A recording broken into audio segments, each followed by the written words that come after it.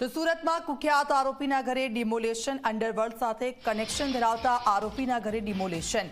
અલ્તાફ પટેલના મામા મુસ્તાક પટેલના ઘરે ડિમોલેશનની કાર્યવાહી હાથ ધરવામાં આવી। ગેરકાયદે બાંધકામ પર તંત્રનો હથોડો ચાલ્યો। મહાનગરપાલિકાની ટીમને સાથે રાખીને આ ડિમોલેશન કરવામાં આવ્યું। મુસ્તાકનું બોમ્બ બ્લાસ્ટમાં નામ પણ સામે આવ્યું હતું। તો સુરતના દ્રશ્યો છે આપને બતાવી રહ્યા છે। સામાજિક તત્વોને ડામવા માટે પોલીસ જે રીતની કાર્યવાહી કરી રહી છે, મહાનગરપાલિકાની ટીમની સાથે રાખીને ડિમોલેશન હાથ ધરવામાં આવ્યું।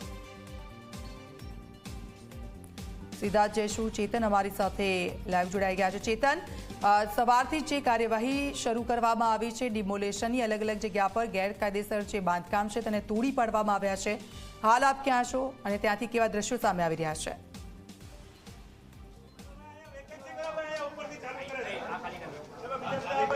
જી બિલકુલથી અસામાજિક તત્વ અને જે લિસ્ટેડ જે બુટલેગર છે તેનું રાજ્યવ્યાપી જે લિસ્ટ છે તે લિસ્ટ ગૃહ મંત્રાલય ખાતે મોકલી આપવામાં આવ્યું છે અને તમામ જે અસામાજિક તત્વ અને જે લિસ્ટેડ જે બુટલેગર છે તેમને ત્યાં ગેરકાયદેસર જે બાંધકામ છે તે દૂર કરવાની કામગીરી હાથ ધરવામાં આવી રહી છે।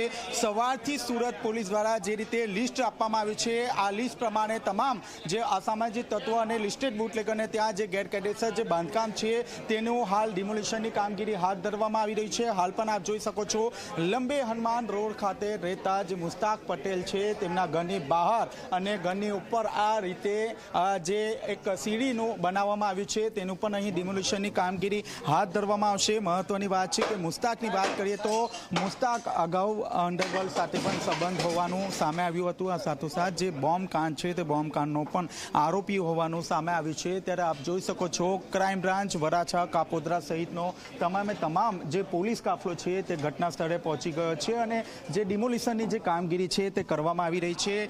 ખાસ કરીને ક્રાઇમ બ્રાન્ચના જે પીઆઈ છે તે આપણી સાથે જોડાયા છે, તેમની સાથે આપણે વાતચીત કરીશું। જી સર, ડિમોલિશનની કામગીરી હાથ ધરવામાં આવી રહી છે, શું કહેશો? જે કાંઈ ઇલીગલ કન્સ્ટ્રક્શન હશે એના માટે એસએમસી સાથે રહી અને કન્સ્ટ્રક્શન તોડવાની કામગીરી ચાલે છે। ખાસ કરીને જે આપ જોઈ શકો છો, ક્રાઇમ બ્રાન્ચના જે પીઆઈ સહિતનો જે કાફલો છે તે કાફલો હાલ અહીંયા આવી પહોંચ્યો છે અને ઇનલીગલ જે બાંધકામ છે તે બાંધકામ દૂર કરવાની કામગીરી હાથ ધરવામાં આવી રહી છે। આપ જોઈ શકો છો, જે ગલી છે તે વચ્ચે બે મકાન છે અને બે મકાનની વચ્ચે આ રીતે બાંધકામ કરી દેવામાં આવ્યું છે અને આ બાંધકામ પણ તોડવામાં આવી રહ્યું છે। એક મોટી જે કાર્યવાહી છે તે કાર્યવાહી અહીં સુરત પોલીસ દ્વારા કરવામાં આવી રહી છે। ક્રાઇમ બ્રાન્ચના તમામ જે અધિકારીઓ છે તે અધિકારીઓ અહીં આવી પહોંચ્યા છે।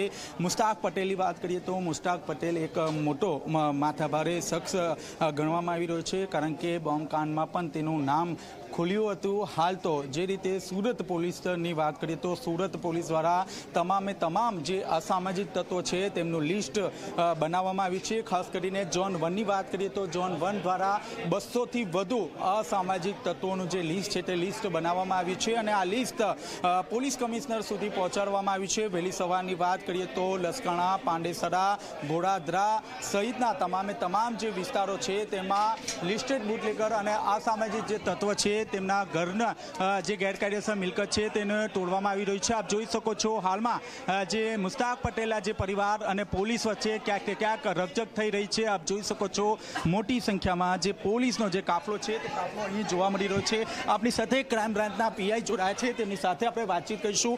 જી સર, મુસ્તાક પટેલનું ઘરનું ડિમોલિશન છે, કયા પ્રકારની કાર્યવાહી? બસ ગેરકાયદેસર દબાણ છે, એસએમસી દ્વારા દૂર કરવામાં આવેલું છે પોલીસના સહકારથી। સર, આ મુસ્તાક પટેલ કોણ છે, શું હિસ્ટ્રી રહી છે? એ બોમ્બ બ્લાસ્ટના આરોપી છે 1993ના। સર, અત્યારે કઈ રીતે ડિમોલિશન કરવામાં આવશે, કઈ રીતે ગેરકાયદેસર મિલકતો બાંધવા ચાલુ જ છે, એનું કામ ચાલુ છે। બેન સરનો ફોન બેન।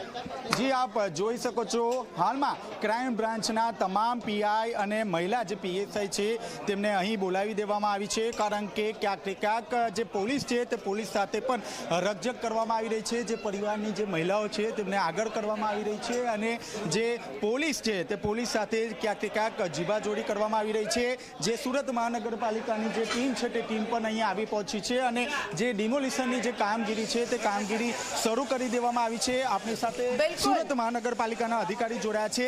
જી, કયા પ્રકારનું અહીં ડિમોલિશનની કામગીરી હાથ ધરાઈ છે? ગેરકાયદેસર બાંધકામ છે એના માટે। શું ગેરકાયદેસર બાંધકામ છે? શું બાંધકામ છે, કઈ રીતે, કેટલી ટીમો આવી છે આપણી? આગળ 4 છે। જી આપ જોઈ શકો છો અહીં પોલીસનો જે સ્ટાફ છે બિલકુલ આભાર. આપની પાસેથી અપડેટ્સ લેતા રહીશું ચેતન.